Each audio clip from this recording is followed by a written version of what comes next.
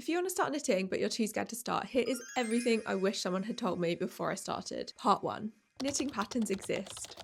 When I was a kid, I tried to start knitting, but I didn't know about knitting patterns. I just knit a rectangle for ages and ages until I got really bored and gave up. If this sounds familiar to you, then you should also know about knitting patterns. A knitting pattern is like a recipe.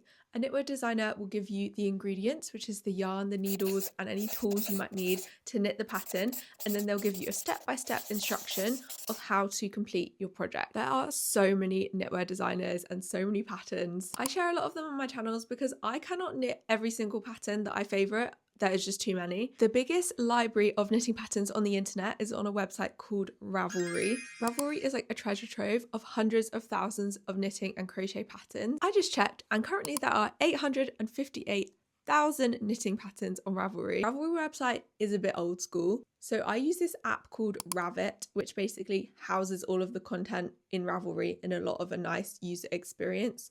Not sponsored, I just love Ravelry. If you're a bit overwhelmed by the 800,000 patterns, one that I would always recommend as your first pattern is the Step by Step Sweater by Florence Miller. This was the very first pattern that I ever knit, and even though a sweater might sound intimidating as your first project, trust me, you will learn so much and it really isn't as scary as it seems.